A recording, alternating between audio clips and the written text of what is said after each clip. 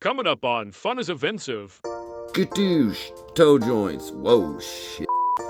Hey man, you look pretty cool. So do you.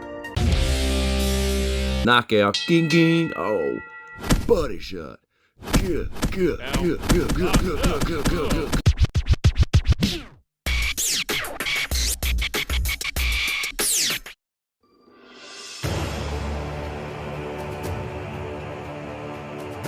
Welcome to Thunderdome, bitch. Today we're doing a double feature presentation. We're taking care of the Bat Boy and the S&M Rocky Balboa. Both of these are going to be first time reviews on the channel. I've never done a DC figure and I've never done a G.I. Joe classified figure. So first time for everybody. Let's go ahead and have some good old times. Let's just do it. Before I jump into this first appearance Batman, I just want to say that I'm not the biggest Batman collector, but when it comes to Batman, there's a few that really stand out and that I keep on display at all times. And Keaton's got to be one. This Val Kilmer was such a slept-on figure. I think once the re-release comes out and people start grabbing it, they're going to understand why this figure's great. Like, it is nice. And then we got Nightfall Batman. I really hope this first appearance Batman can hold up to these. Look, oh my God. Look, I just have really high hopes for this Batman. I don't want him to end up in a bin like most of my other Batman. I want him to stay on the display with these fellas. I want him to highlight and enhance the awesomeness that's right here. But anyway, now we're in it. Get on the plane with the figure, shit. Okay, Saddam. So for coming straight out of the package, yep. I am thoroughly impressed by this figure. McFarlane just continues to improve and excel in ways that other toy companies I wish would jump on board with. I mean, we're looking at a price point of $22. For $22, this thing comes with 6 hands, wired cloth cape. That alone, nobody's doing that for that price point. I'm not trying to be a mark for Todd McFarlane, but anybody who hates on Todd McFarlane really doesn't understand that what this dude is doing.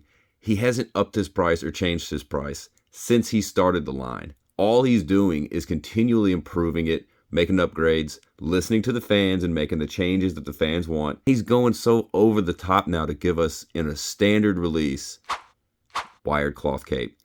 Let's just applaud McFarlane for that alone. Time for an ocular shower. There's not too many cowls I've come across that I really just think are ugly or anything like that. I find this so unique.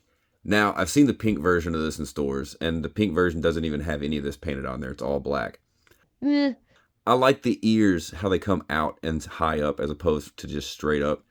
I don't know, it's kind of goofy and unique. I mean, I'm digging everything about this face. I think the high cut of the mask is pretty sweet. It's fantastic, man. I like it. It's just so simple. It literally looks like Robert Pattinson, so with the highness on the face with the mask, it's not typically what I would like, but I think it works really well on this. Now listen, I don't collect too many McFarlane figures, so I don't know what buck this is reused of. All I know is, this is a hefty Batman. This thing is beefy. Man is a thick jock. He's a thick boy. That sounds weird. With the girthiness of this body, I found it would be very hard for a billionaire to not be recognized. I mean, this dude's like, what, 6'4", 240? Solid muscle. Yeah, that dude's going to stand out in a crowd at a board meeting. Now, whatever reused body this is from, I mean, you have the standard tight suit clearly over muscular body, so you get those little line details and stuff for like the stretch of this fabric. But I mean, it's pretty simple and basic. There's something just aesthetically pleasing about superheroes who have just simple suit designs. I mean, it's very basic and simple in the best possible ways. I don't know, McFarlane really took care of this. The bat symbol's amazing. I love how small and unique it is. This whole figure just screams unique, so I just really dig it. This was a selling point for me too. I was just like so focused on this in the package, I couldn't stop looking at it. The extremely bright yellow just looks so good against that blue and black. Oh, it's gorgeous. Check out that flat. But the boots are great. They're easy. The ankle rocker looks really nice. Blends in greatly. The blue kind of escapes me though because it's here. It's on the head. you imagine that there would have been like a strip of blue on the underwear. You know what I'm talking about? Just to kind of flush out that overall look. Oh, look at those biceps. Look how large my biceps are. The hands that come with it, they are extremely detailed and wrinkled around each little bitty finger digit, right around the cuff that really isn't there at all. They just get more detailed as they come on. Yeah. Now, I'm not a big fan of articulation segments, but I feel like I'm just going to go ahead and run this over real quick.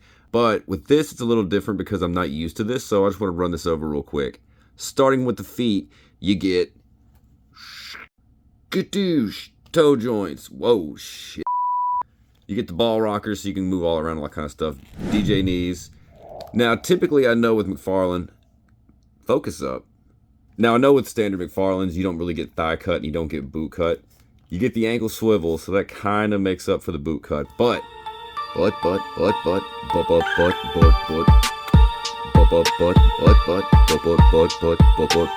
don't even know the big fat ass butts. But with this figure, you get thigh cuts, or you get a lot of swivel there. No. So it's extremely more articulated. Moving up to the diaphragm, you get a double bell here. You get the rocker in the bottom, you get the rocker up the top, you got the butterfly shoulders, you got DJ Ease. Zoom it in. Check out this head. Legends have been doing this. McFarlane also did this with his Kickstarter spawn. Well, all of his spawn's heads came like this, but they were a little bit more... Yeah, I'll throw a picture up. You see what I'm saying? If the head seems odd, it's because it's not just a head, it's the head-neck thing. Now, we're familiar with Legends doing this, and, well, if you're not, check this out. This is the first figure that came to mind whenever I saw that neck on Batman. Legends did that, this is some years back. Zoom in. It's the exact same principle. This is probably the best use of the head that I've seen on a figure yet. Let's see. It's just a little more, it's really tighter. You can still get a lot of movement in there. You still get the same gap. I mean, there's just no really good way to do this. It's still fine, because I mean, at different angles, it doesn't even matter. Like there, ooh, you're not going to notice anything. I kind of like the way his neck looks like that. Does he got a scarf on? Is that a turtleneck? What is that? Hey man, you look pretty cool. So do you. Get off me! Get off me! No, you liked it. You. What am I doing? What is this? Now, a similar use done with Legends. They did the kind of inverted version. Instead of making the peg in the neck, they made the peg the neck. And this is terrible. This is a bad decision on Hasbro's part to do that. Because you basically just sold a brick with a twist. You sold a brick twist. Either way, this figure sucks. A more recent example. This other brick that Hasbro has sold us, they did the same thing. Why would you give such a great sculpt to that head on a stiff neck joint? And the collar doesn't help this little figure at all, so when you actually can pop this thing all the way in, you just literally get left and right. You can't go up, you can't go down. This was such a slap in the face. If you're to heat this vest up and undo it, they didn't even continue the blue and pinstripe pattern below the crunch. It's all black. So even if you get a new jacket, there's no point to take it off unless you want to custom paint pinstripes, and good luck. All in all, other than just going to stand in a display, this figure's useless. Like, you took all the fun out of it because you limited his torso articulation. It's just like G.I. Joe, so you put hunks of plastic over the articulation to make them stiff boards. I don't like messing around with bricks with DJEs and knees. It doesn't equal fun for me. Get back to talking about Batman. I'm not mad about anything with this figure so far. I think the articulation's fantastic. It looks great. It's a unique design. The concept of it's fantastic. I'm not gonna stop talking about the wired cape. Come on, you foot. That's the weird thing. I'll just hold them. Okay. Trying to get the clicks and the ticks of the feet was really different. So Brewski here came with a good amount of accessories, so let's just go ahead and plunge right into them. You know what time it is. Hey.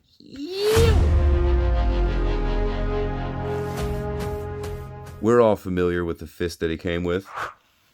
And next up, Batman comes with a set of extremely arthritically crippled hands. I don't know, the sculpt on those hands are pretty awful too. It looks real bad.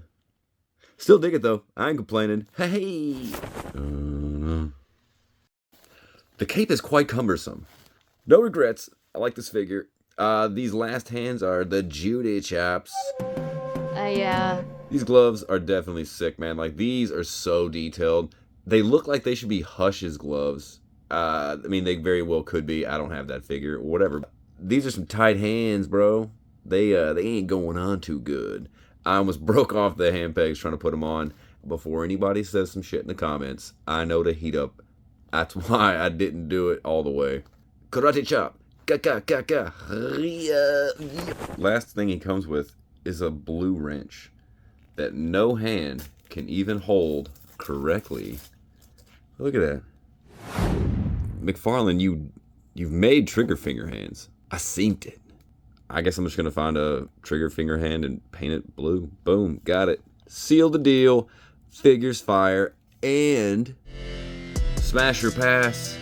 100% do not pass on this figure. If you're a Batman fan, if you're a collector of any kind, superhero, whatnot, $22, everything you get with this, it is a steal of a deal. And I'm not trying to be a mark for McFarlane here. But man, yeah, he's going in the display. He's not going to end up in a bin. He's going to join the ranks of 4 other Batmen in my display. Let's move on with this thing, shall we? Now, I think he looks like the bodyguard for Gene Simmons or the Village People. Either way we look at it, this is a fantastic looking figure. I believe it's on a body we've all come to know, at least from the torso up. This is the Sergeant Slaughter body. Whoa! Check you out. Now I'm going to try my best also to not do a Stallone impersonation. It's really hard not to want to do one, but I'm going to try. Oh my God. Lights out. Welcome back. So let's get in close for this visual assessment. So starting with the head, I mean, that head's good. I don't know if my eyes are painted cross-eyed or not, or if it's supposed to be. I guess it's supposed to be. Either way, it would kind of fit the character. But anyway, let's see here. The hair's good, whatever. It looks cool. Nice 5 o'clock shadow on that chiseled jawline. Of course, the split lip, missing teeth. It just adds to the aesthetic. But bro, the selling point for me is this insane S&M spiked red leather, I don't even know what you want to call that, straps. Bloody knuckle wraps, equally as awesome as shit. He definitely has a Mad Max-ish type of feel to him, but a very bright Mad Max. That sounds weird. The detail on his chest straps, I'm at a loss on what to call these. But you can see that they have the little seam lines. They're there, but they're not painted. Not that that would have done anything, but I mean, it would have looked a little bit cooler. Okay, the rivets in the padding. This looks like old catcher's mitt stuff. I'm getting a League of Their Own vibes. All right, let's get into some fun shit. You know what time it is. Yo, I see. Oh, God. Bits and pieces. This Cyrax Predator type of head is definitely dope as shit. It's killer, man. Like, that's the only head that's going to be displayed on this figure. This head can take a walk. Yeah. But man, just look at how sick that is. It's like, I don't know, let's say post-apocalyptic, and also like 80s version of what the future was going to look like. This is the helmet of that. Man, this is so fire, dude. I love the orange little slit. Yeah, absolutely. This is so dope. Yep. Thank you, Hasbro. Good job. Bro, he comes with 2 90-pound dumbbells. That's not really 90 pounds. He came with dumbbells, and what better things to smash brains and murder with than 90-pound weights. He can just chunk them, lob them, crush them. He can bash your face in. I dig him. Pink towel. And the last accessory that this old Italian stallion comes with, boxing gloves. And not just boxing gloves, they're officially licensed Cobra Commander boxing gloves. Now, after years of wanting boxing gloves for a lot of my action figures, bro, I finally got them. And what crazier, more obscure character could they have come with? Cyrax the Italian Predator. Yeah, knockout, ging ging, oh, body shot. Please stop. Let me just be real for a minute. The more obscure a character can be, the better. Whether it comes to weird things like this helmet, the straps, literally this whole getup is completely perfect as an example. But elongated arms and bodies and torsos, weird proportions and body types, I'm down for all of it, man. It's like, it's a no-brainer. The more obscure and weirder, in my opinion, the better. Now that we've gotten this thing out of the way, let's have some fun with this fella. Ding ding. Oh yeah. Well, that was definitely weird. But yeah, if you have Sergeant Slaughter, then you have a whole slew of fun hands that you're about to get into. And yeah, I guess Boa over here is the one figure that actually comes with the hands that fit him. Bud, giddy up. Ha, yeah. That hand's got a pointer finger. That hand's got a pointer finger.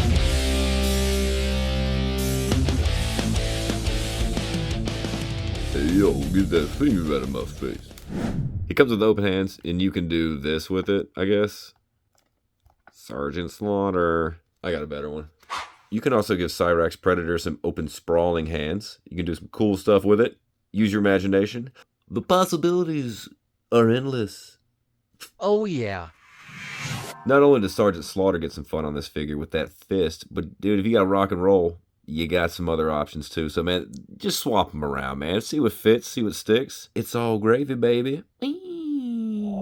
Same meal, different seasonings. Now we got trigger fingers. 67 more. Hey, it's me again. Dang, how much do you bunch?